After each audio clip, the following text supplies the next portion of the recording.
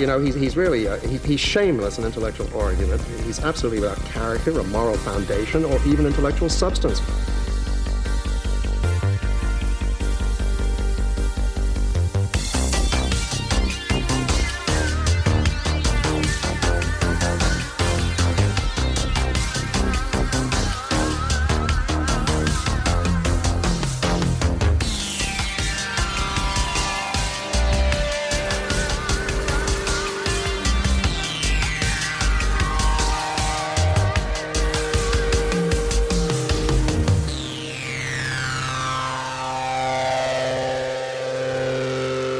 Welcome back to the Getting Lit podcast. Last week we spoke about performative reading, among other things. And this week we are joined by a fellow Australian and a fellow North Queenslander, Mr. Jack Norman, who has written a wonderful book of short stories from out of Bonfire Books called Sleep Capricorn. Welcome, Jack. Thanks. I don't know if I'm going to live up to better than food book reviews. I can't believe, but that's the biggest guest I could imagine. I was like, holy Christ. I think we've had bigger, haven't we? We had David Mamet. Yeah, we had David Mamet. So yeah, no, that's right. Yeah. But I don't know for sure. But in terms of, I don't know, YouTube fame, I don't know. YouTube. Yeah. He probably What's his name again? I wanted to say Cliffy B, but I think he developed Gears of War. Cliff Sargent is his name, yeah. Cliff Sargent, yeah. Yeah. We can call him Cliffy B, though. Why not? Cliffy B, yeah. Cliffy B. Sargent. So, Jack, tell us about, this book of short stories. Did you write it as a full kind of idea, or are they just sort of bits and pieces that you've written over the years that you kind of collected together? Like, how did this all come about? Yeah. No, it was towards the back end is when I decided to knit them together thematically. So some of those stories are written with the collection in mind, with their presentation in mind. But of course, many of them are bits and bobs from the past.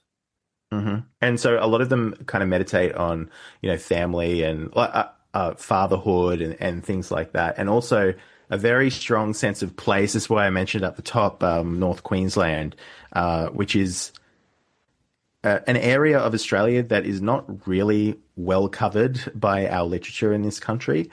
Was that a kind of, I don't know, was it a conscious decision on your part, or was it just like a thing that you knew well, so you thought you would write what you know? No, it was, yeah. Like, it's parodied. It's parodied basically, and it's not explored. And it both is and is not exactly what you think.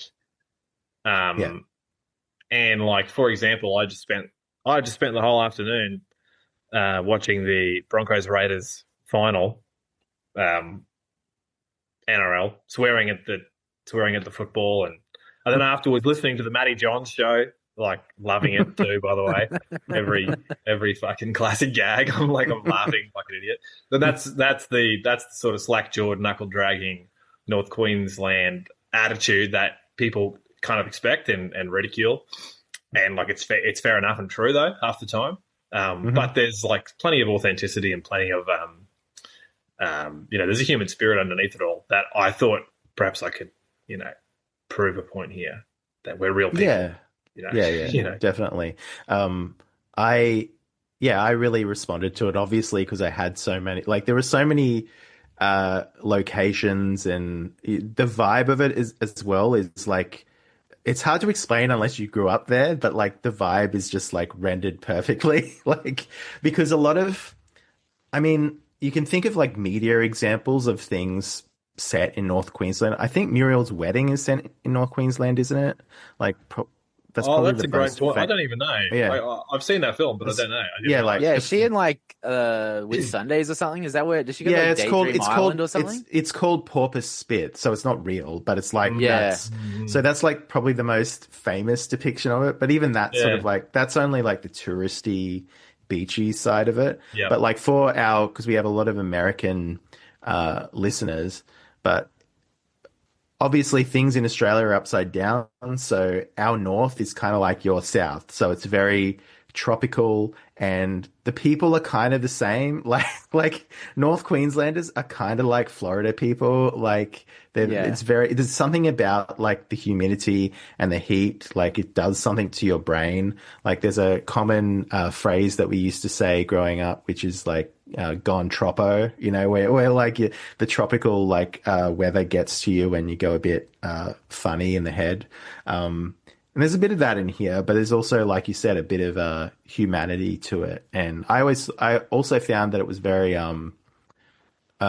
open-hearted in a very surprising way, given the themes that it covers.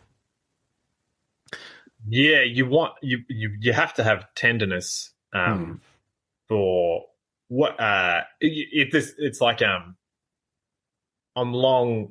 You eventually you should go. You should be long past quotes, right? Mm-hmm. You know, but as a teen and as a young adult, quotes are like they were like, you know, you're like, oh my god, that's so amazing. But there's the Faulkner quote says something like, you must hate the place you come from in the way that a man sometimes hates his wife. Which is to say that, of course, he loves his wife. She's his wife, but you know he knows her better than anyone, so he hates her. You know, or he can hate her, whatever. But in this case, it's like, you know, I guess I figured like it's too easy and readily. It's too handy to like hate North Queensland or to bag it out, and I do all the time. But I figured like I did want to emphasize that the love part, you know. So it's not a 1-for-1 on that quote there, but yeah, it's a love-hate relationship naturally. Yeah, North Queensland, of course, large parts of it represented by Bob Catter, who is the most North Queensland man in Australia. who had like a flare up the other day, which was hilarious. So good. It's so good. Yeah, and for Americans as well, there's been so many memes about Bob Catter, like the crocodile, the gay marriage and the crocodile one. That one's a good one. You guys all know about that one, right? Yeah. I'm not spending any time on it. Yeah, that's right. And that was famously, I think that was when, well, it may not have been actually, but it was around about the time when Triple J did their one night stand in Mount Isa, where of course Catter was. And I remember it because I was pretty dialed into it at the time, and there were a lot of what do you call it, vertical mobile videos of Catter getting around that night, just smashed, totally smashed, you know, but still out and about and saying good day and shaking hands and whatnot. And he didn't actually, obviously there was no controversy because nothing really came of that, but I remember it very fondly, and so Catter himself as well. Yeah, that's a long tradition. The Willow Shopping Centre at the front of QBD and flog his books and sign and say good day to whomever, you know. So just like a real man of the people. I used to live with this is like deep Catter lore now we're getting into, but I used to live with a guy in Brisbane who another gay guy, and he used to like hook up with Bob Catter's gay half brother. Nice. And I was just based. But like I would always see like the walk of shame of like Bob Catter's gay half brother, and it's just like he looks so much like Bob Catter that it's freaking me out. Like it's like, and I always like wondered if he's like, if the guy I was living in was like put on the Akubra, you know, like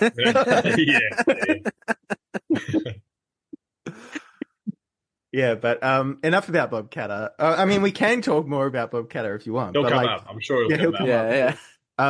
But yeah, so there's a really nice kind of emotional landscape, if you want to call it that, that unfolds in these stories. But they're also like, so place is a really big part of it that I responded to, I guess. But I think it's very universal at the same time. So I think a lot of people outside of Australia who've never heard of these places can really sort of kind of latch on to a lot of the stuff that you're talking about here. Like what?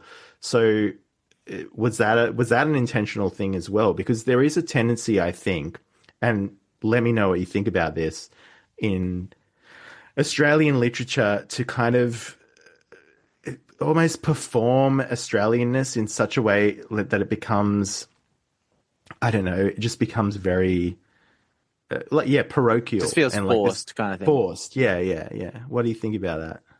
I could not agree more. Honestly, I couldn't agree more. And like that was, if I had a North Star in writing these stories, it was, what am I avoiding? A lot of the times it was like, what am I avoiding rather than what am I doing necessarily? And what I was avoiding was that forced fake Australiana lucky country type meme that's just been done to death. And like, I hate it so much. And I had this, in particular, I watched that film with Heath Ledger, Twin Hands. Two Hands. Two Hands, right? Two Hands. Holy Christ! I've never seen more authentic dialogue, more authentic Australian dialogue, and more to the point, like the crime boss. Can't remember the actor's name, but Brian Brown. He's wearing footy shorts. He's sitting around. And he's like on the phone. He's like, "Tell this cunt to fucking get around here." And then his daughter's there. He's like, "G'day, Dale. How you going?" And all that, in the way I'm doing it, actually, it actually sounds kind of like what I'm saying. It's kind of sounds like the meme, but it's like so perhaps with everything, but with authentic Australian expression, there's like this real fine line between the parody and the real.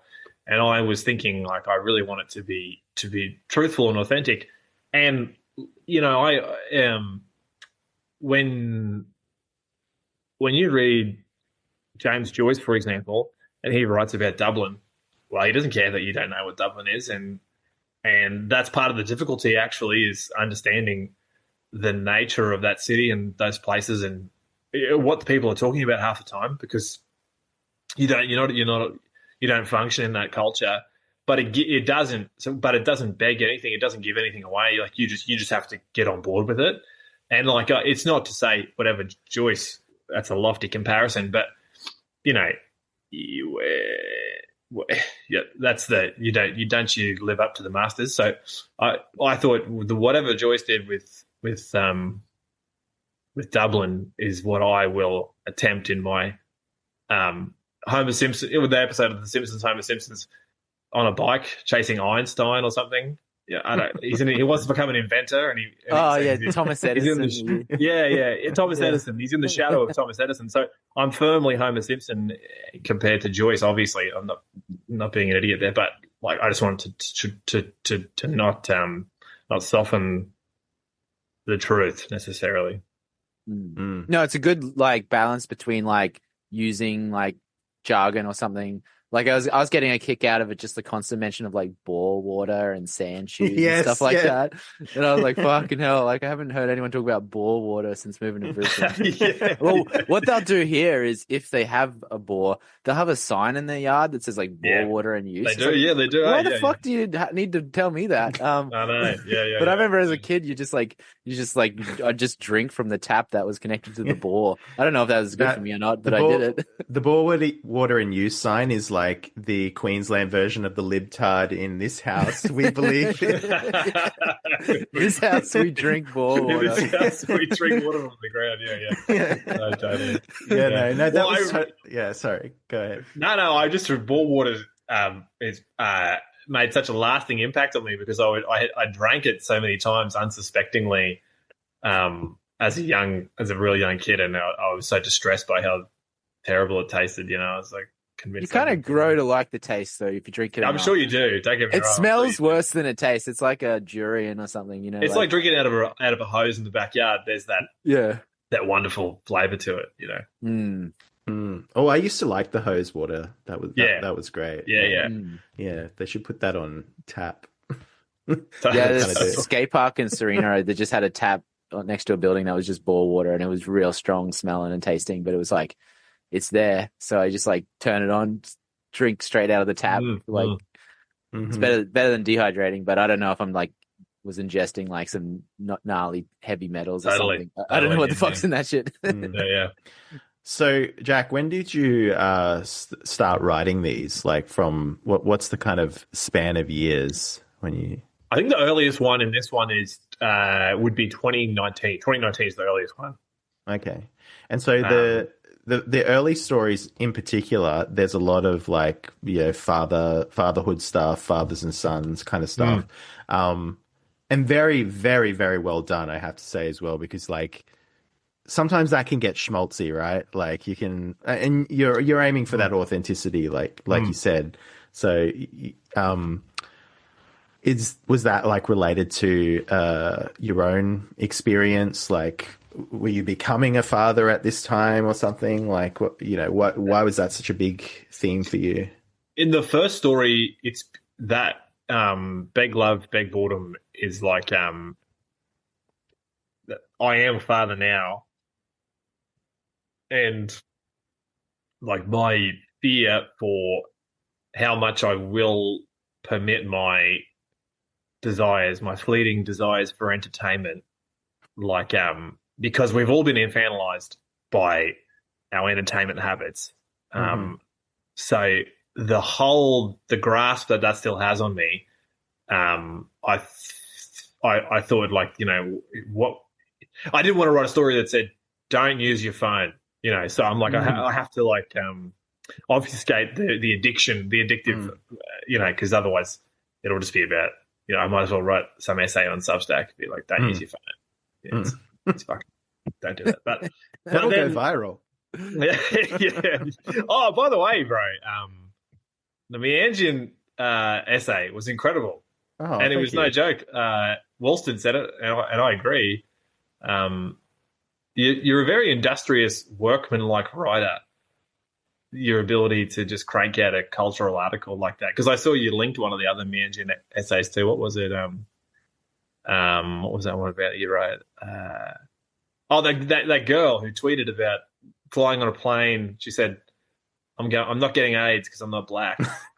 Yeah. You wrote that essay in the engine. Yeah. I was like, oh, Sini just pumps him out, evidently. But no, I like that essay on Substack. Just wanted to say. Thank you. But no, my dad was like a total legend, total saint growing up. Like, could do no wrong, and in fact did no wrong for my entire life. And then when I was like 19, 20, after like 20 years of just like slogging it, just like nailing it, I guess like you get old enough to detect that your father's like human and not whatever it was he presented himself to you as. And I was so angry. I was like, my fucking dad, I can't fucking believe it, bro. And I was like so sad and heartbroken. But then I was like, well, like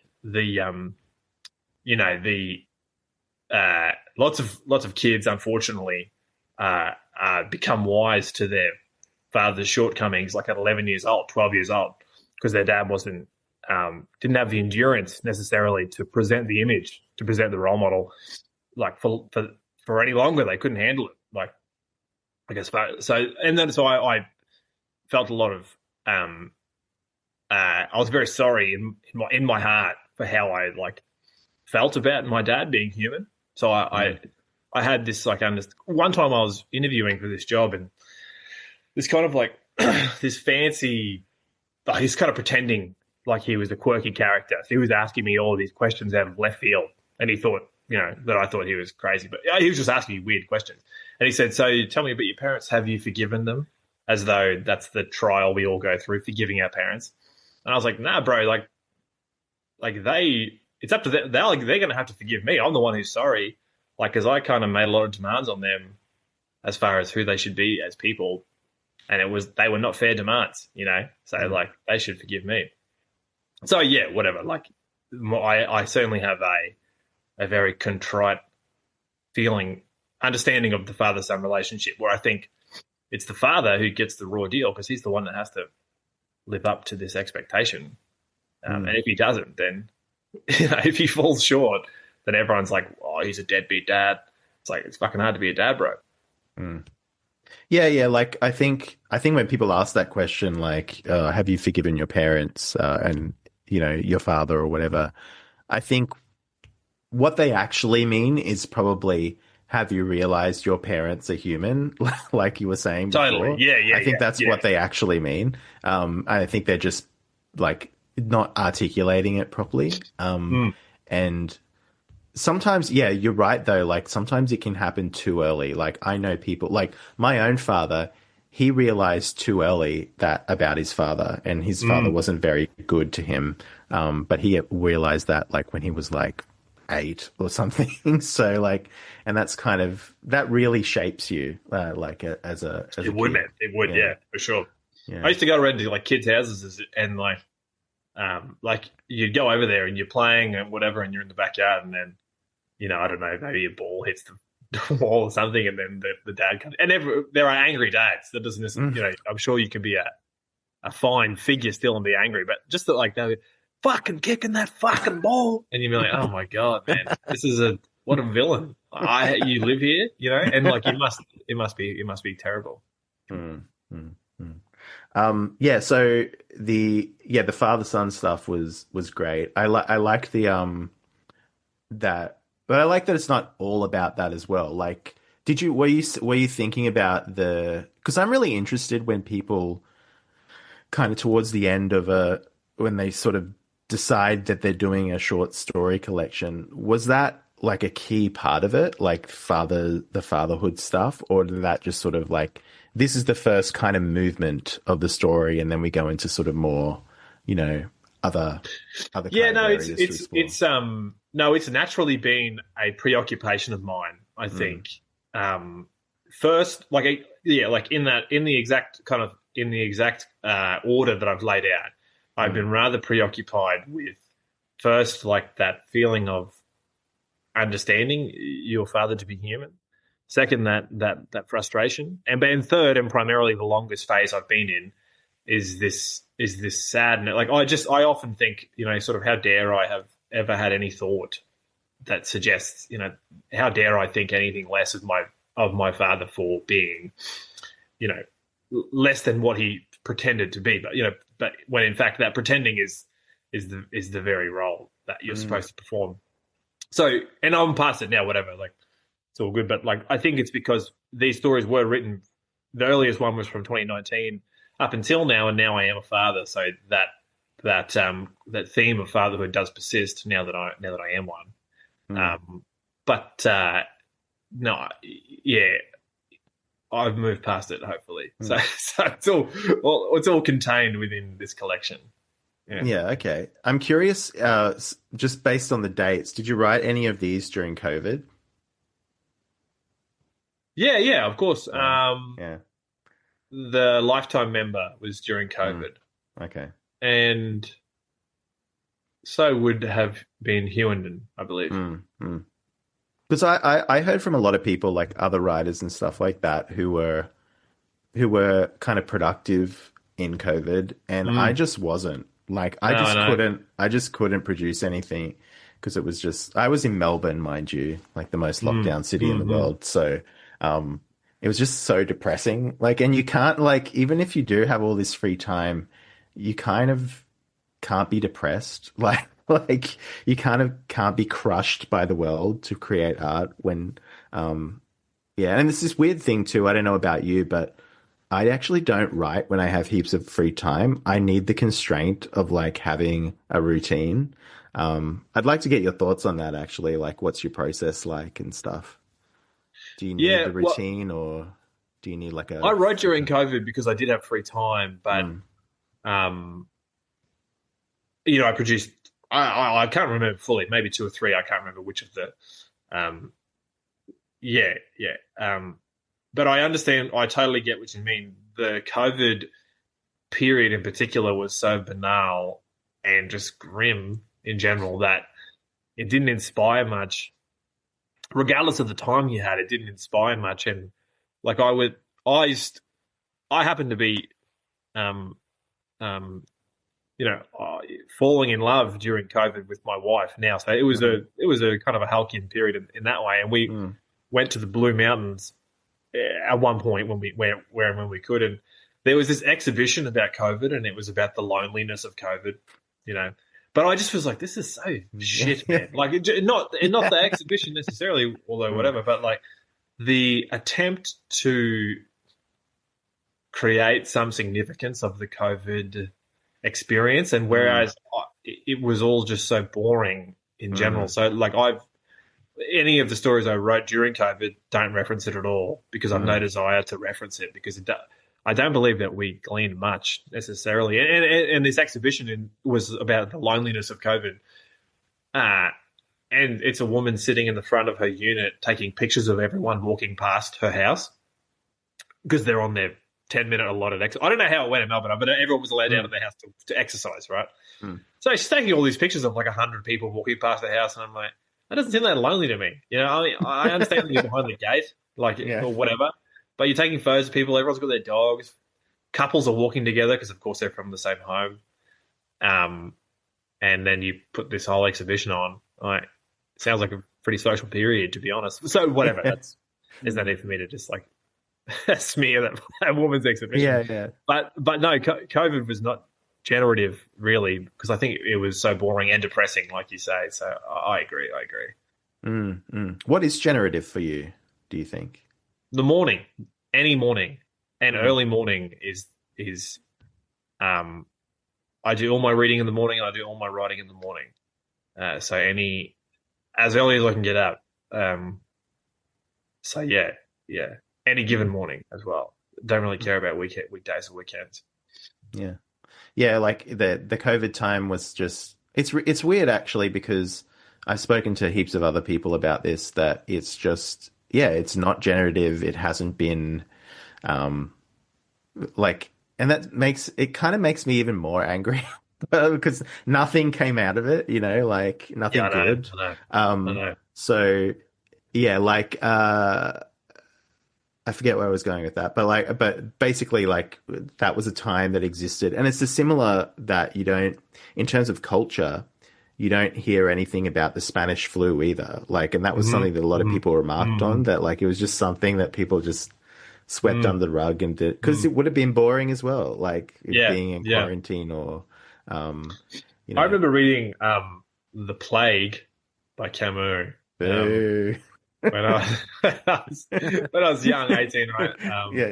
And even then I was like, oh, what the fuck? It's about like a disease and they all have to not eat. Like it just like it seemed boring. Like you know, it was a nice novel. I can't really remember it fondly enough, but and I think as was notable at the time, there was this big budget pandemic film in production right before COVID, and it released during COVID because I guess that's how films get. You know, you must release something when you've sunk so much money into it.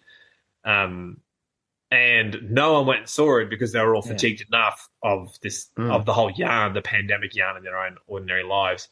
But also, I was like, I don't want to. I wouldn't see it anyway. Like I wouldn't have seen it.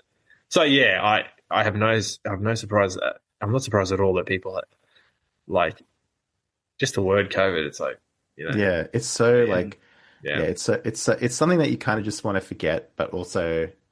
Well, I hate how you can't forget it. because they don't even take down the fucking stand 6 feet apart stickers on the floors of places, why do they still fucking have that shit up there? Like McDonald's takes down the thing when they don't sell the McRib anymore, like, but they still leave that up. Yeah. There's still a few Japanese soldiers fighting World War II in 1972 or something like that on an island. Like usually, I see people wearing masks women with now. masks. Yeah. And I do, I have the sense I'm like, is it fair enough that like if you are sick and like on the basest, most pragmatic level, like Western culture had no notion of masks, and now we have to. So when I see people wearing masks, I don't automatically think they're like a lunatic. I just think like, I guess they've picked up some Asian habits from the old COVID period. You know. Yeah. Well, it's weird. I was in Japan at the end of 2019, and then that was where I was like seeing people wearing masks, and they're for sale in like the like the 7-Elevens and stuff. And I was like, even like, oh, that'd be fun. I should put the mask on just for like a laugh, like to, you know, imbibe the culture here or something. Yeah. I don't think I did, but then like coming back, and then as soon as that happened, I was just like, I'd never want to fucking see a mask again. That was some magical ritual that you instantiated the COVID stuff by doing that. I opened the wrong door of something. Yeah. Yeah, prior to the pandemic, no white person. Well, it was funny too, because when I was over there, I was watching like the Anthony Cumia show, and he was like really, really sick with some virus. And like he was off for like a month, and they thought he was like dying or something. So I think he was like the first case in America to have patient COVID. zero. Yeah. Anthony Cumia. Wow. Wow. What a wonderful meeting of the minds. I love Cumia, man. Yeah, it's classic. Yeah. And Fresta, you like, so my connection to a lot of these stories is I grew up in Townsville, and Jack's, a couple of your stories are set there, but there's also some Mackay stories, and that's where Fresta grew up. So you even played at the cricket club, didn't you? That's mentioned in the lifetime member. Yeah, that's Harrop Park Country Club. So like, yeah, that was like they were the best fields or whatever. Like, you wanted to play at Harrop Park, and yeah, so when it was just like that was the setting and the thing, because I think the Beg Love story was also set in Mackay. So when I was just like, it was, yeah, true. So I was like, oh, nice, like it's cool to be able to place it. But then I was like, Harrop Park's like, oh, I actually know the building he's talking about when they're like going in there. Like I can actually visualize it, which is pretty cool. Yeah, this might sound quaint to listeners, but like it actually is. Like when you read Australian stuff or watch Australian stuff, it's always either set in Sydney or Melbourne, and that's it. You know, like or in the outback somewhere. Like, or they'll film some of it in Brisbane, but it'll be set in Melbourne or something. Like yeah. So, but to have like places that where you've actually been like rendered so faithfully and like as a place was really cool. Like I was really kind of chuffed by that. Yeah, I was expecting to see the Boomerang Hotel or something show up. Yeah, no way. Well, I remember actually, because none of our family lived in Townsville, so we used to have to drive south for everything, Christmas and Easter, and it's a long fucking drive. Like Queensland, it takes you like 2.5 days to get out of it from North Queensland, to get out of the state. It's a huge state. And Mackay is sort of like 4 hours south of Townsville, where I grew up. And one of my earliest memories, and it's just like, it's burned in my brain of Mackay, is that the hotels, that there's this like street that's just got, just all hotels. And that was always Mackay to me as a kid. Totally. You know, the city of motels. Yeah, that is still Mackay to me, having lived there for 12, 13 years. I used to love riding up and down that street for that reason, just for riding my bike past all the motels. And like some of them had, like we would often park our bikes and swim in the pools there, because all the pools are facing the highway and they're tucked behind the reception. So of course they're all busy. They don't have the time to check the pools. No, totally. I love that's the Bruce Highway. The Bruce Highway. Yeah. Yeah, you go through the city gates, and then it's just like 5 to 10 minutes of just like the motor inns and stuff. And... I used to always wish I could stay there. Of course, you live there, but I was like, I want to stay in those hotels, man. Yeah, I still have like fond memories of that. Like, I never stayed in any of those hotels because, why the hell would I? But like, there's also this restaurant called Romeo and Juliet's that I never went to. Yeah. But like, it always just seemed like the fancy. I would see the sign, and I never went there. Yeah. Because it was just on the corner of Romeo and Juliet Street, and it was like ads on TV made it look like, oh, we could never afford to eat there. And I'm sure it's like dog shit. Like it'd be like a fish and chips and chicken parmesan or something. But... Yeah, it was kind of like the glitzy signs and everything. It's kind of like a tropical Vegas, except without casinos. It was more hotels, just poker machines. So it was always that's always the image I've had in my mind. And then like of course there's always something to be said for like you're a kid, so things seem different. And I'm sure there's no doubt that probably things actually do seem more vibrant and vivid to kids. But when I go back through any of those towns, Townsville and Mackay, they're so weathered, like they're weathered and old and sadder than I remember them. And like all the bitumen is like pale and grey, where it used to be like black and vigorous, and just bitumen, whatever. I'm not trying to get carried away, but there's a richness that's lost there, and it just makes me sad, man. It just makes me sad. It's just sort of like a, is that, I don't know, like, is that just a neglect thing, or like there used to be more money when there were more people out there, like working the mines and stuff? That's the thing. It's like there's this, there used to be on that strip of motels, there's also this place called the Four Ways, and they call it the Four Ways because it's a four-way intersection. And around that intersection, there's a smattering of retail stores, IGAs, basically, whatever. Butchers. That's where I used to always go to the doctor, the bulk billing one at the. Yeah, me too. Shout out to Dr. Malone. What a legend, my family.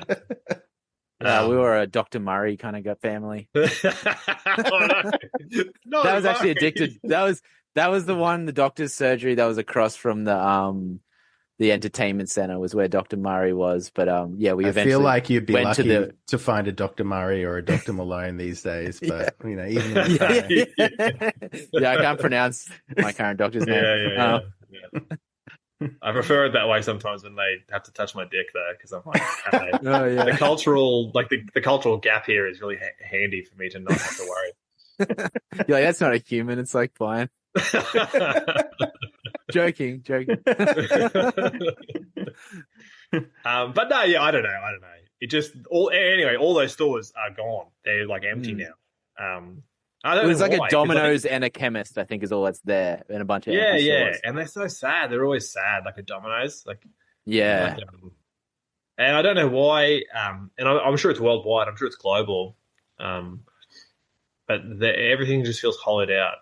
Well, Mackay overdeveloped because of the mining boom. Like all the people moved there to then go to like work in the inland mines and stuff like that.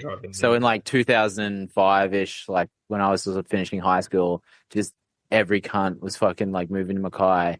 And then I think like once all that dried up, they're just like, it all just like chilled out. Like the Caneland shopping center got like a big renovation now. It's like 2 stories and there's like JB Hi-Fi and all this stuff. And so I don't know. I haven't been. I was there a couple of years ago, and I like going up there now. Like it's very like it's Serena. It's the jewel of the North, like.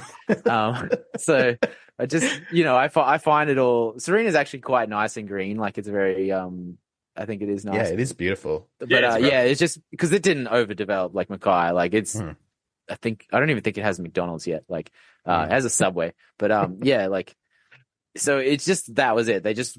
They just really like built it up and stuff and put too many shops and stuff in, and then now there's not enough people to support it and stuff.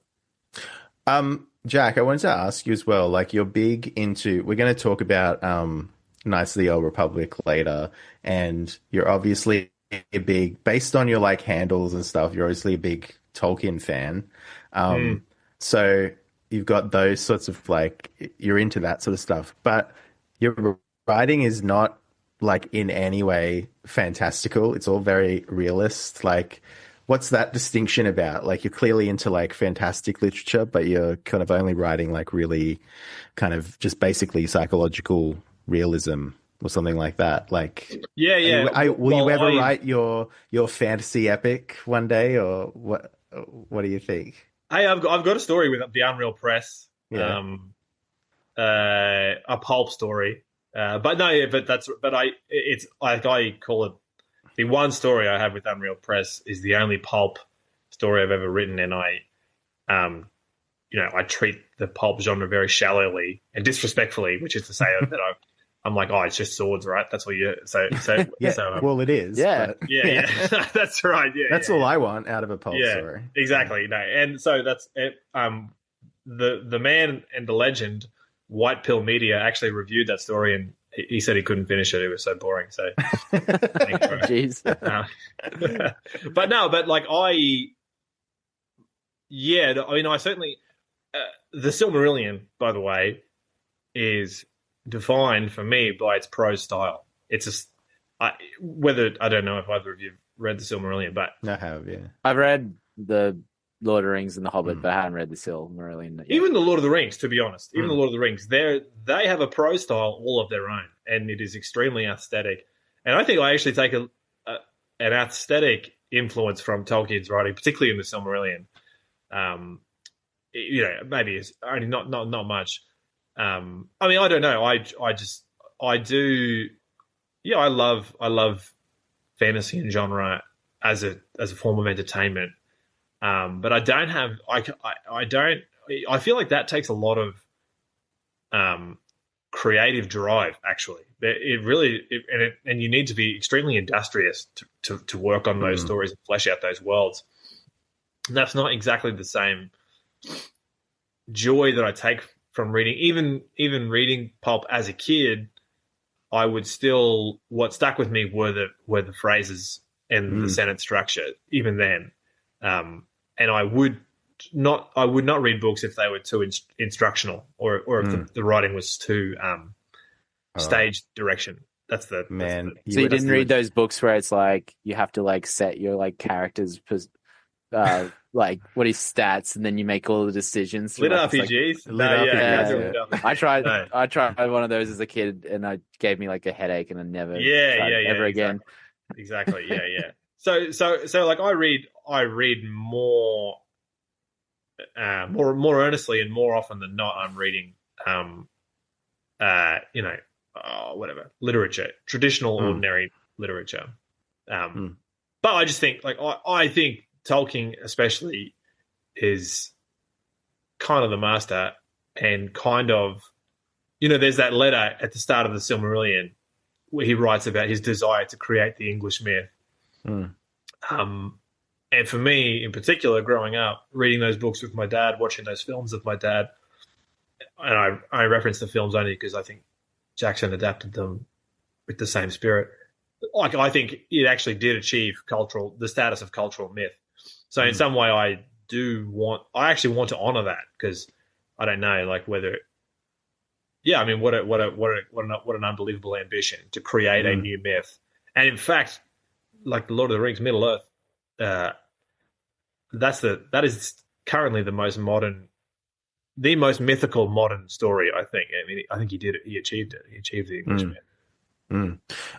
It's interesting you bring up his prose style, because that's something that I've thought about before. And he doesn't get enough credit for that. I agree completely. It's all about the, what he calls the sub-creation, the creation of Middle Earth or whatever, and that's what people like latch onto. And obviously that's very it's very heady, and like people get a lot of joy out of that. But he is a great writer. I don't care what people say. Like, yes, he's good. I know. That's right. Yeah.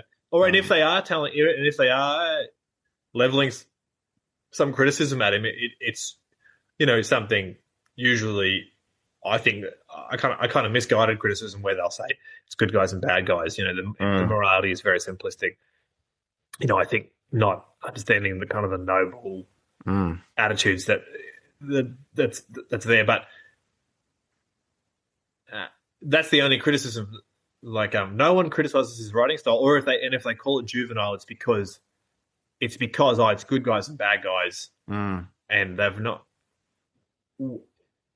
I think that his prose style is just overlooked amongst it all. It's overlooked and it's not paid attention to. Yeah, and part of it is a sort of alchemy between, like, old worldy sort of epic poetry sort of style, I guess you would say. It's not really poetry, it's not verse, but it's also modern at the same time. Like, it's like this combination it's a synthesis of those two things. So you get this, and which has been copied so many times by fantasy fiction, like badly, I would say, in most cases. But he manages this kind of synthesis of like the kind of legendary kind of stories with a kind of more modern prose style, which I've always respected. Yeah.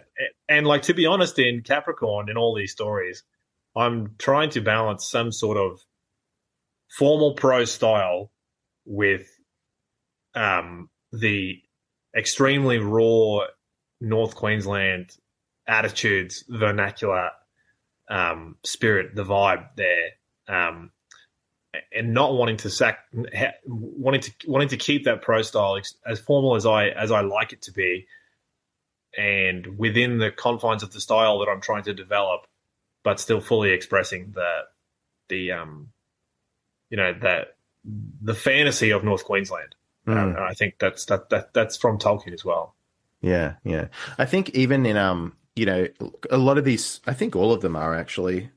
They're all in third person, aren't they? No, the one towards the end. Yeah. The one at the end, yeah. But mostly, right? So, mostly third. But this is actually a good kind of. I don't know if you did this, but like this is a good kind of craft tip that I would give as well. Is that even if you're writing in especially if you're writing in third person, like think about the narrator and the narrator as a character, which no one seems to do when they do third person. It's just like there's this like thing that like a god sort of like giving an overview of what's happening. Whereas like I feel like your third person narrator like has, whether it's you or someone you've imagined or whatever, I tend to think it's good to imagine someone telling the story. Like that's how I do it, because that's like how Dostoevsky does that, where it'll be all third person, then he's like well, we, and you're like, well, who the fuck's we totally. now? Like yeah. But you don't even have to be as explicit as that, but just like have an idea of like who is this person that's telling this story. And I feel like that's what makes, because a lot of these stories are very like there's a lot of prose. It's very dense, but it's so readable, and I think it's so readable because of that the narrator is a character as well.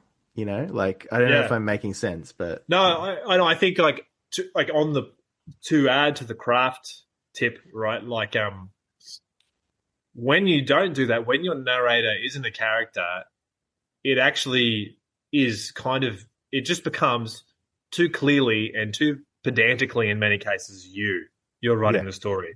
Yeah. So your desire for how it comes across in the characters and the events, they're evident to the reader. The reader can see you in the writing. Whereas when you characterize the narrator and when you use the narrator's persona to your advantage and imbue the writing with the narrator's persona, even if, as you say, and in fact, not even explicitly outlining, like Dostoevsky's like in Brothers K, he's like, I live in the town and I knew this guy, and then so it's just that guy, and so he doesn't even, whatever who the fuck is that guy? You never know. But even in the case where it's what's the term, third person omniscient? Where you head hop.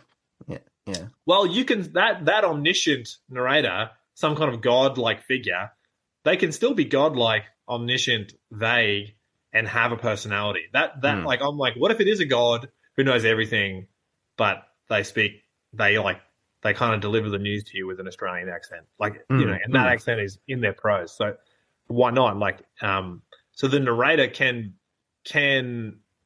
It's always another term? What's that? Unreliable narrator, right? And then that's usually like this kind of heavy-handed tactic where it's like at some point in the story it's revealed either overtly or through clues. The reader should understand, the narrator's not telling me the truth. Well, I'm just like, well, in every single one of these stories, the narrator, who doesn't really impact the story, it's still from the narrator's perspective. The narrator still has a point of view, and they're not, whether they're in the story or not. And then that way you don't have to bog yourself down in like autistic descriptions of what characters are doing and how they're doing it. Because I've read recently I've been reading some fiction from a few of like our guys, and I'm getting this, I'm like, why are you explaining all this to me? Why is this being explained to me? You're explaining it. You're taking too long to explain to me that the person is drinking a beer or enjoying a meal or something like that. if it's in the voice of a narrator who has a personality, they can say something like, he sat down for tea. Now, if you say he sat down for tea, some people who aren't Australian may not get the phrase. They may think he's actually drinking tea, or they may not fully get it, but it prevents you from having to say, he sat down and ate this particular meal. Like you can do away with a lot of the boring description that diminishes your prose if your narrator has a personality.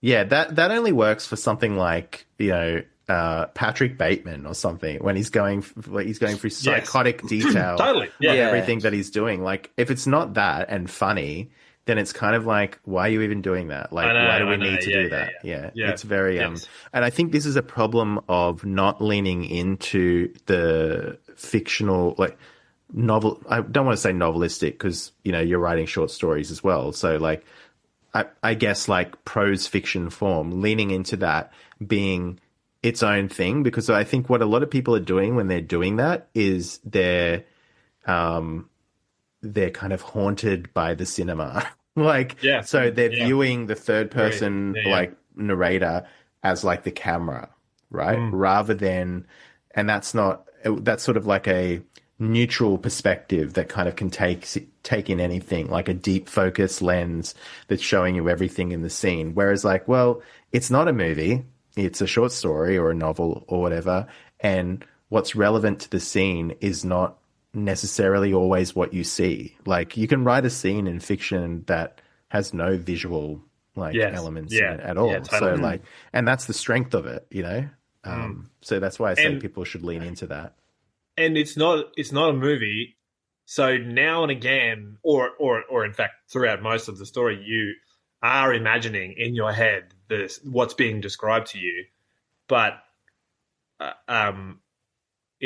you're reading words on a page, and that's the part.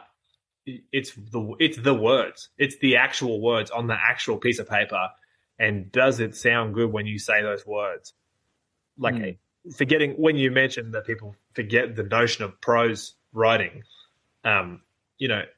because like when I'm reading a novel that's really that's kind of blowing me away or whatever, I'm looking at the words I'm looking at the page. Like it's construction. It's more like poetry. That's what than it is the scene necessarily. And I think people can forget that too. Yeah, and like even when you read a book like a second time, like you'll imagine the scenes differently in your head sometimes, like, but you still remember how you thought about it the first time, but then maybe a few years have gone by and like now you're like picturing it differently and like you're still getting something out of it. Like, you know what I mean? If it's important as like, cause actually like there's an Australian fantasy author, Cecilia Thornton. I tried reading one of her books and it was painful. Cause like, it was just like a whole chapter that was describing like a wall, like, and like, I didn't really need that level of detail for like what the wall looked like kind of thing. I might be over exaggerating here a little bit, but like just like have an illustration if it's that, you know what I mean? Like you want me to see what it looks like, but like I want like this, I want, with fantasy, I want plot more than I want like the actual world literally built for me. Yeah. Chapter 2. The paint drying. Yeah, pretty much. I don't even know if I made it that far, to be honest. I was like, no, and you know what? Bad enough. They should have illustrations in fantasy novels. Yeah. I love illustrations in fantasy. It gets me going, man. There's a great cover on a fantasy novel, and particularly those older covers, and it's this romantic scene. There are knights. They're wearing hauberks. I'm like, fucking have a few of those throughout. It makes me feel good. They don't do it enough. Yeah. Like, so I just there. Yeah, there's a lot of like craft in this, which is like clearly you've thought about it. But there's also, this is something that I was again talking about on Substack because I'm just on Substack all the time these days. But I was talking about, I can't remember who I was talking to, but we were talking about how it was your publisher I was talking to about this, Lucas. So I was talking about how there's, in modern literature, not just in Australian, but like everywhere in the Western world, there's this focus in mainstream fiction, literary fiction or whatever, on really well crafted stuff. You know, like it's all about craft, and there's not like any room for any sort of like, you know, messy humanity. That stuff that we were all talking about before. So there's like that balance to be struck as well. Like, it's not all about craft, but I think that comes from people who haven't actually lived much. Like, to be crude about it, like that, you know, haven't been to many places, have been to many schools, but maybe not many different kinds of places.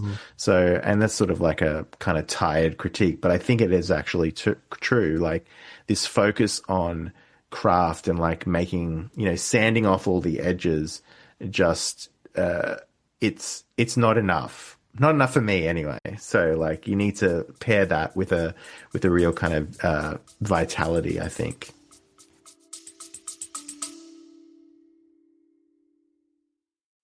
Hi there, listeners. Sorry to interrupt. We really appreciate you listening to us, but if you'd like to hear more from us, you should check out our Patreon. Go to patreon.com/gettinglit and gain access to our exclusive bonus content, including Back Matter, a special after show where we chat a little bit more informally with our guests, usually about a film or something else related to the main episode. For just $5, you get access to these bonus episodes, as well as the full archive of every episode we've ever done. For more details and to get the most out of your Getting Lit podcast experience, go to patreon.com/gettinglit. Thanks for listening. Okay, back to the show.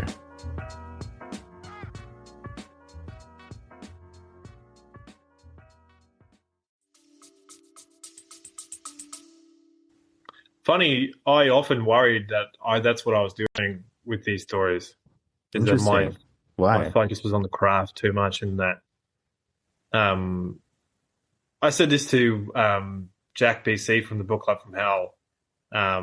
Rhyme is one of the editors from Unreal Press, refers to something like John Updike, for example, as the male domestic novel, which is prose literature, but kind of confined basically to the living room, the workplace, and the small town, right? And there's a lot you can gain from that. Those are the lives that most of us do live. But that scope is kind of narrow. And if that's all you're writing, which, to be frank, that's most of the content in Capricorn, then I think it begins to reveal that, like, you actually haven't lived that much, to be honest. Like, you've had some trials and tribulations, but basically you've lived in a small town and things have kind of gone on that way, and like, now you know enough to write about it. So my fear was that the story, the scope of the stories, it was not ambitious enough. But it's a good thing that I'm young. I can rectify that with more to come. So should we all. But that's, I worried that there was not enough beneath all the prose, basically. Yeah. And that is interesting. I did want to ask you about the age stuff as well, because a lot of it does seem like, are you an old soul, Jack? Because it does seem like a lot of this stuff seems, some of it feels like it's written by an older man, like, especially. Yeah, I think, unfortunately, I think I am. I'm sad to say, yes. You are an old soul. Yes. An old withered soul. Yeah. Yeah, see, when I was reading it, I didn't think of it as overly crafted. It more came to me as just, you are a naturally good writer, which is, I think, is much more important than craft. And when Sini was talking about these people who go to school a lot, and I feel like they're the types who aren't really naturally good writers, but they try to make up for it and think they can learn to become it, and which is the same with musicians and stuff. I think really you need to have this underlying just natural ability that's just there. But the people who go to school like that and who focus on craft in the way that we're talking about here, those people are the people who crank out quite efficiently article after article on Substack or wherever else, right? And I really envy that ability, because it's an ability. It's a true ability to form an opinion and to put it down into words and to argue a point regularly.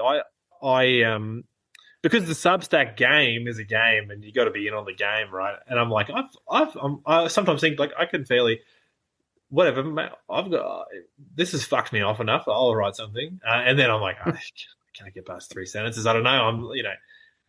So that's why when Sini totally summed up the Meanjin scandal the other day so perfectly, I was like, what the fuck, man? And Woolston had a go. I don't know if you've read Woolston's essay, but I did, yeah. I linked it, yeah. Love Woolston. But his is that's probably what I'd put out as well. Is like a sort of a seething kind of bitch boy, fuck this journal, rant. Yeah, because like this is the thing as well, like that, Meanjin, they wouldn't publish any of your stories, and it's not because they're not quality stories. It's literally because of where they're set or whatever, or what they're about. It's about men. Yeah, exactly. It's like, oh no, and that's just stupid. Because, yeah, I've read Meanjin. I've been in Meanjin, and there is so much talent in this country that is just that the kind of what you would call the mainstream is just completely unaware of, and they have no idea how good it could be, yeah, sure. If we were running things, and I would abuse my power, to be honest, if I was running things. It'd turn into a fascist nightmare state real quick. Yeah. But there'd be no e-scooters though. Yeah, no way. But there should be. When I hear about toxic workplace environments, I'm like, I fairly feel like you need that, man. I don't know what to tell you, but have you ever been in a non-toxic workplace environment? Fucking bro. Sorta. Well, because it becomes toxic in a different way. Yeah. There's always rather than it coming from the management, it becomes from some fucking employee who sucks at their job and is lazy, but constantly complains and acts like they're the one being oppressed. Yeah, man. Yes, exactly. Because no one tells them to shut the fuck up or they're fired. That's right. Yeah, everyone's hamstrung, man. I hear about these the Blizzard. The game developer Blizzard, and frankly, I don't believe all the stories because they're outrageous, some of them. But also, it's that sounds like a lot of fun. To be honest, I'm sure people were having a lot of fun, and that was creating a unique environment that resulted in a pretty handy creative product.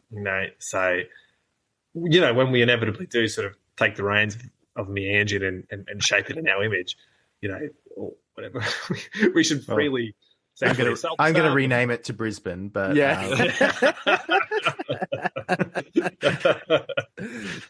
now we're talking. No, but yeah, I don't know, it's this.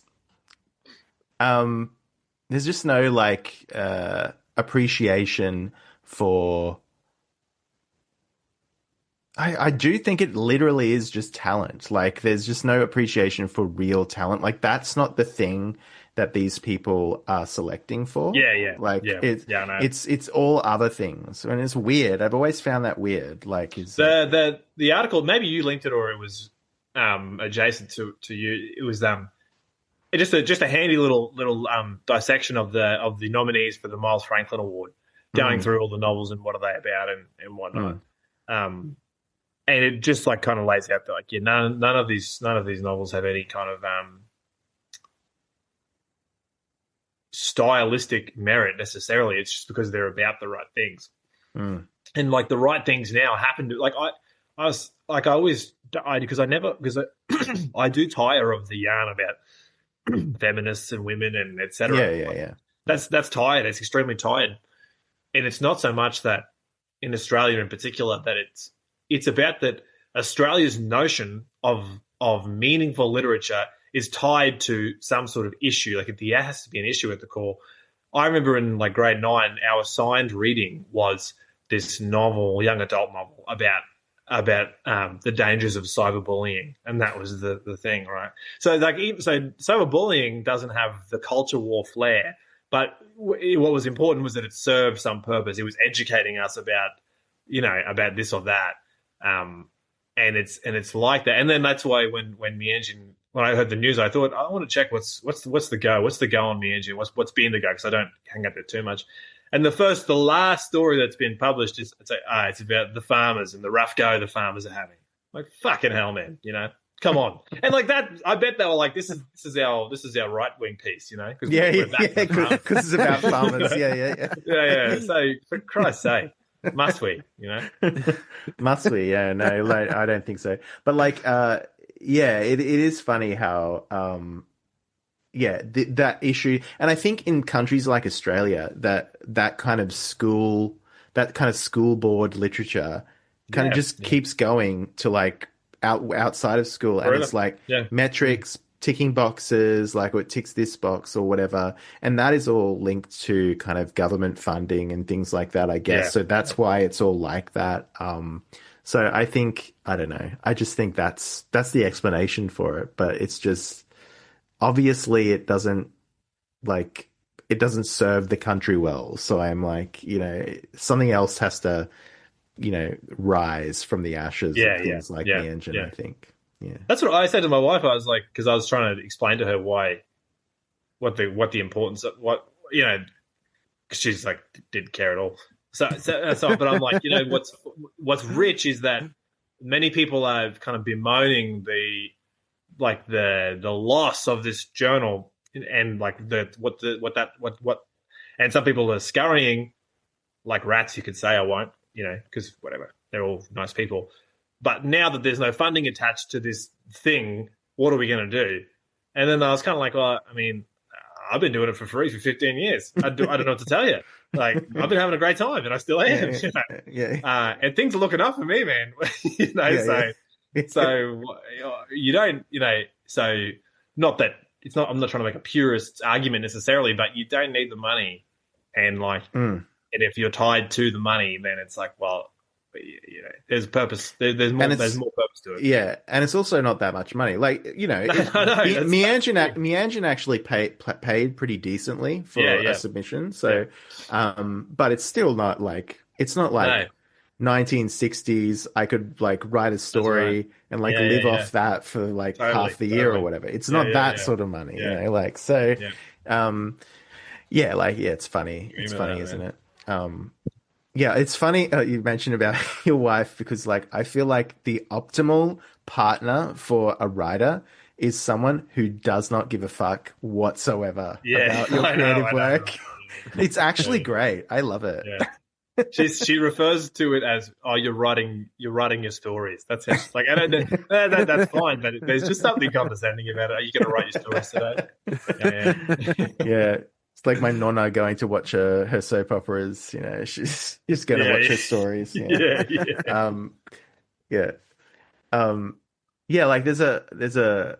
I mean, I could go on and on about like Australia. Totally. I mean, what we're doing here is like, part of it, but also not, because I don't really view it as an Australian focused thing. Like, we have Australians on sometimes, we are Australian, but it's not like more of our audience is in the US. So it's like, it's just, you just do things. You can just do things. You can. Honestly, I'm not to say it again for the third time, because like there's no reaction in your face, so I don't know if you think I'm kidding or whatever. But I thought the article was great, and I have an ambition to write things like that off the cuff as easily as you made it seem. I'm just gobby. Like, I have opinions, so like I can just like rattle that. Fiction and stuff takes me longer to do. Like, I have to think about it more, like, but I can give you an opinion on anything, really. It's like, don't you? I always get stuck with this like self-conscious. I'm writing an op-ed tone. Like, I'm like, I'm always being glib and funny. I'm like, what? That's not funny. So I'm deleting that. Delete. I don't know. There's like an extreme self consciousness to the actual tone of that, because I'm like, this is an article. This is like an opinion. Yeah. Well, I don't mind giving my opinions. I'm just like, here's how it is, bitch. Like, and that's why I podcast. That's why I have 2 podcasts. I'm only familiar with the legendary Getting Lit podcast. You know what's funny is like, I saw you made a post so long ago. It was about you said something to the Getting Lit podcast. Whoever the admin is. Whether it's Fresta or Sini. That was me.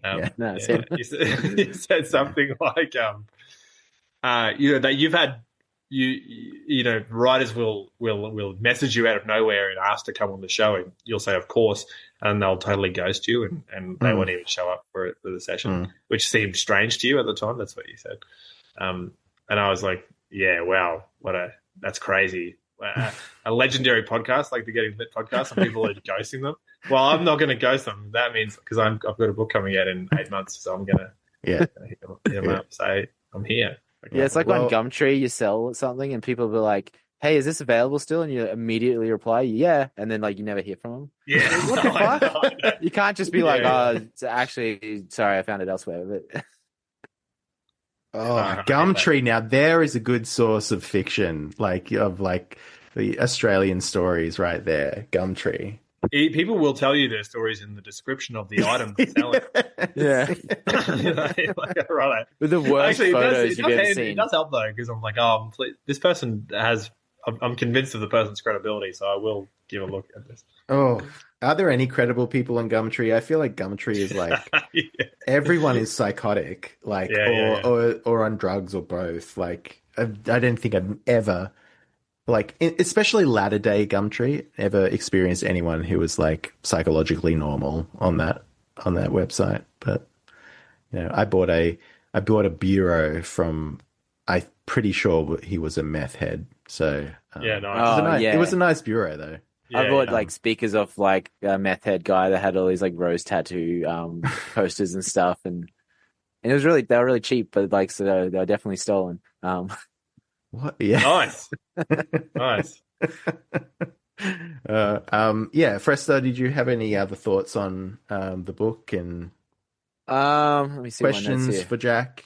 Well, I just want to say, because recently we covered an Alice Munro book, and your stories kind of reminded me of that. I don't know if you've read her, but it was had a similar vibe, just not Canadian, but Australian. I have not read Alice Munro. What's her story? What's the yarn? I've only read the one book. It was called "Who Do You Think You Are," and it was a collection of short stories, but they were kind of following the same cycle. Characters. Yeah, cycle. Nice. But it was just the same, where there was this very small town kind of sort of thing, really getting into the weeds of things, but then it would just go off into these kind of fucked up directions from time to time. And your stories were kind of like that too, particularly the fish batter stain one. I remember I won't spoil it for the listeners or anything, but just that went into directions I wasn't expecting it to. Yeah, sure. Just it's very compelling reading, and just really a pleasure to read. So yeah, you should check her out. I think you'd like her. Did you have her on? Have you guys had her on? Is she alive still? No. I think she's dead. She's dead. Okay. Well, that's good. Which is to say, you better. Dead writers are generally better than the living. Yeah. Well, look, her daughter probably would say that's good that she's dead, but oh yeah, okay. No, I know who Alice Munro is. Yeah, totally. Yeah. Okay, cool. Yeah, no, I did mean to read her. I have been meaning to read her actually. Okay. Yeah. Great. No, she has. It's very. Now that you mention that, I get that it's a very similar vibe in terms of parts of the world not really spoken about, but that same sort of that same sort of style in terms of the narration and the prose style. very, very similar aesthetics, which, but from a more kind of feminine point of view, I think. Yeah, like they're like heaps different as well, but it just, and perhaps it's just because it was something I recently read, but like there was just something of the same kind of like spirit running through it. And the fact you haven't even read her is even probably more impressive, that you're not like biting her or anything like that. So yeah. Does she, because there's more of the feminine spirit, as you say, between like each of these stories, there's a failed attempt to write a story from the perspective of a woman. Not like for any particular reason, just that now, like I've actually got the start of this short story in my head that I've tried to write like 5 times, and it begins with a man prattling on about something and the wife kind of being disturbed about like just how boring he actually is. That's the way it starts, and that's why I keep starting it that way. But then I can't. There's this female bitterness, which I think exists, that I have tried a few times to expand on, but I fail every time. Is it because you're too pure? You can't access that female bitterness. I can't. That's what I was like, I think I probably shouldn't write about women, from the perspective of a woman, because the truth is I don't know like at all like how true it is. And like reading something like Updike, for example, who the funnest part about Updike is that he tells the truth about what men are actually thinking, you know. And he's always like, this woman came in, she had massive tits, and then he'll just start talking about it. But like that's the first thing he says, and he says it so candidly, straight up. That's the first thing he says, and so I'm like, that's fucking true, man. You know. So, but like, I see the woman's thinking the same thing. She's just like, my tits are bigger than mine. Yeah. There you go. That's actually, you could write as a woman, but you're still just critiquing the female. Yeah. Woman. If I wrote as a woman, I would be cancelled immediately. That's pretty handy, actually. Yeah. But no, I was wondering whether I suppose Monroe, she only wrote about women from the perspective of women. I think so, but I think she wrote about men. I haven't read all of her stuff, but I think most of the book that we read a couple of episodes ago, it was from the female perspective, definitely. I think with one exception, one of the stories, but I can't remember. But yeah, she's very, very good at that. Very like, and I think this is another thing that you share as well. Like, and it's something that I always respect, and like, you know, basically anyone that we have on has this quality, which is like a sense of honesty in their writing. You know, when you read something that can be like really well crafted or whatever, but it just doesn't feel like the writer is being honest with you.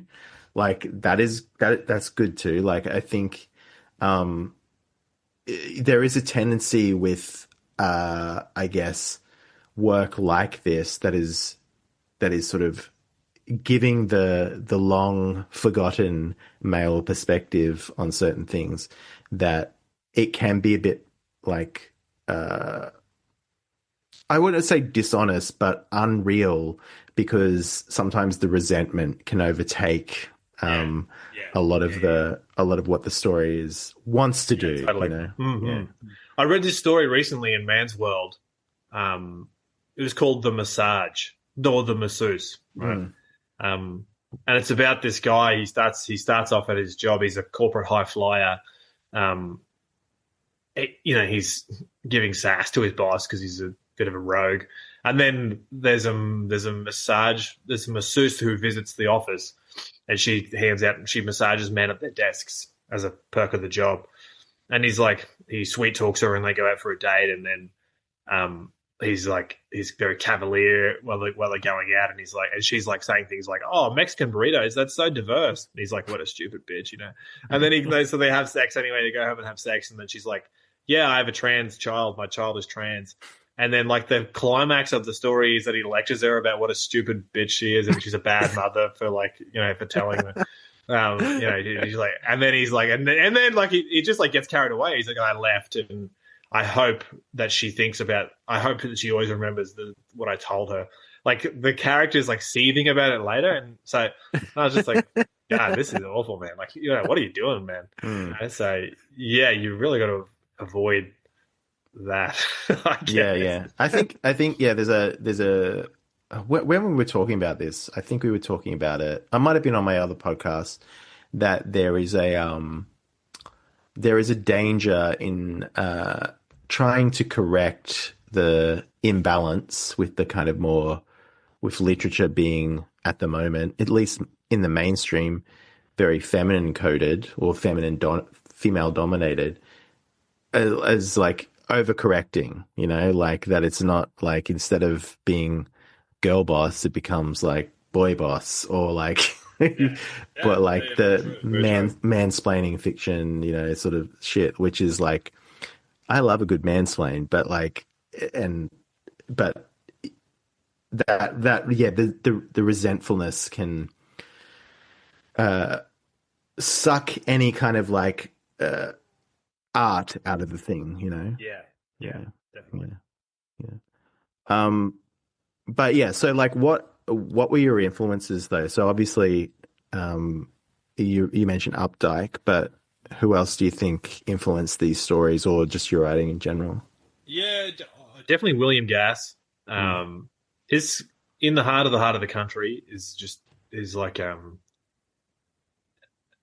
or in fact probably that's a wonderful collection, but the novel Omens That Is Luck is probably the gold standard for me. I've read that 3 times. You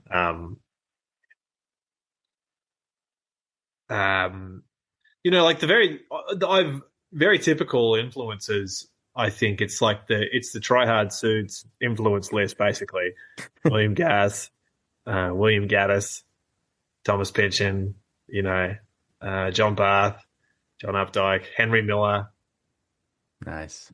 Yeah, just if you go to the literature board on 4chan, and what are the biggest suits trying to convince you is the best? I was like, yeah, great, I'm going to read all of that. So that's pretty much what I did. I got a bit of John Cheever in it too. Like, I love Cheever. I love Cheever. I've got I haven't even finished it because, to be fair, it is just it's a posthumous collection of every single short story he wrote, and he wrote a fucking lot of short stories, and a lot of them are actually the same story again and again and again. But I do have the collected works of every single short story he has, and you know, I've added about 3/4 through, so I had to pull up. But totally, yeah, I love Cheever. Yeah, there's something about him. There's a rawness to it there, and that honesty, like sometimes brutal honesty that you're like, yes, man, you know. And he always starts with, he does, you know, I'm this guy. I work at this office down the way from this guy who the story's about, and then he proceeds to tell you about his neighbor, you know, for the rest of the story. So, yeah. That Dostoevsky. Yeah. All right. Well, any other thoughts, Fresta, on the book? We both loved it, and we both recommend it. That will be coming out from Bonfire Books, October 15th. Yeah. Any other thoughts, Fresta? Sorry. No, I think that's everything I got for this one. Yeah, no. Amazing book. Go and get it. October 15th. Everywhere in the world can get it. Yes. Totally. Yeah, it's on Amazon, bro. Yeah. Get deep into the North Queensland law. Like, you really, really understand what's going on up there or down there. What's that? Real place. Real things are happening there. Yeah, it's a real place. Yeah. All right. Well, yeah. Thanks for joining us this evening, Jack. It's always nice to talk to someone in our time zone, so we don't have to get up early or stay up late. But yeah, waiting around for it. No worries. We'll have to do it again. Yeah, absolutely. Cheers. Thank you.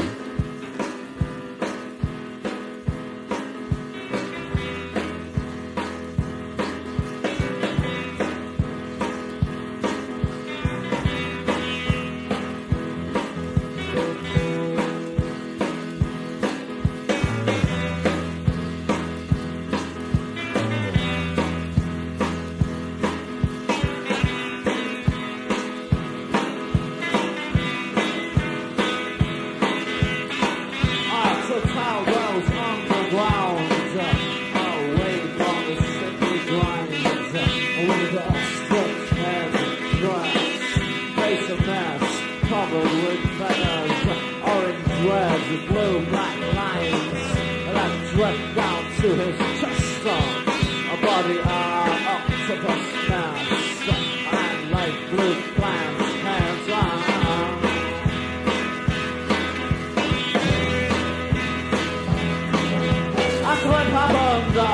After it happened, we walked through all of the states, from Manchester right up to Newcastle. The West German government had brought over large yellow trains on seaside docks. In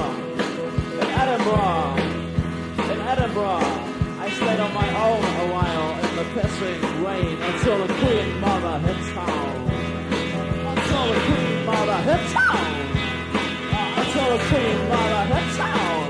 And the DJ is and his disc jockey and wasn't sensorizing, saying words they could hardly pronounce in telephone voices, was laughed, was bad, and laughed at the same time.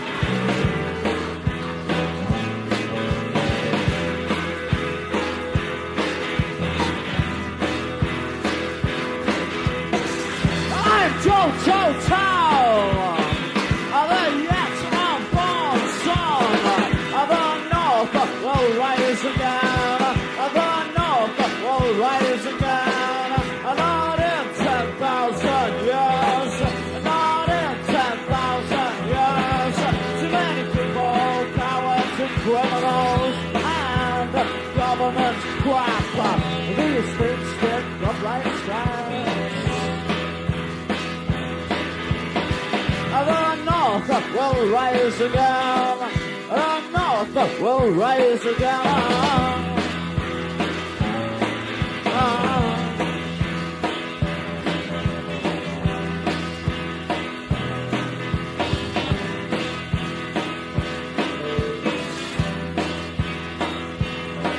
Where you are, and where you are, the future death of my father.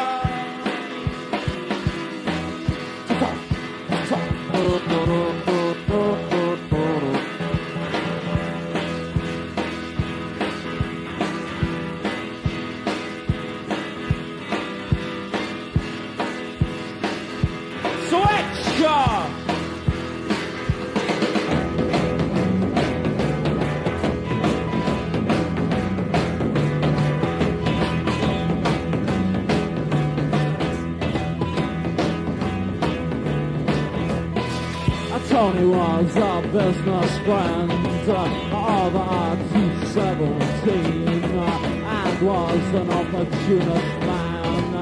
Come, him make story how he set out to fuck up and destroy this future rising.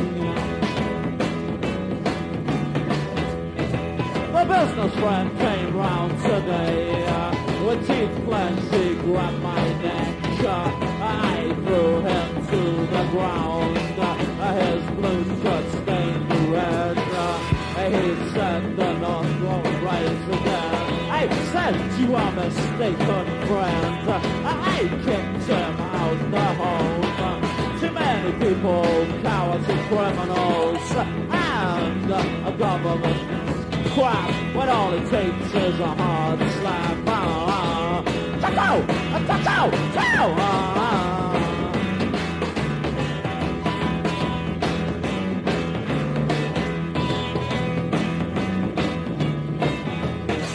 But out the windows, on the roads, there were men with bees on sticks. The fall had made them sick. A man with butterflies on his face.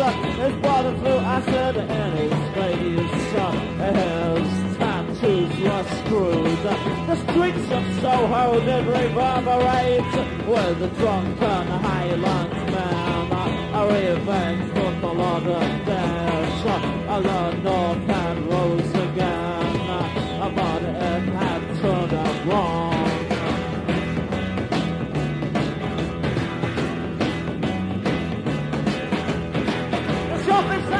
Had been raised. The shopping centres had been raised down to the ground. Shop staff knocked on the ladders. Security guards stopped from moving escalators. Check out! Check out! Check out! Check out! Check out! Check out! Check out! Check out! Check out!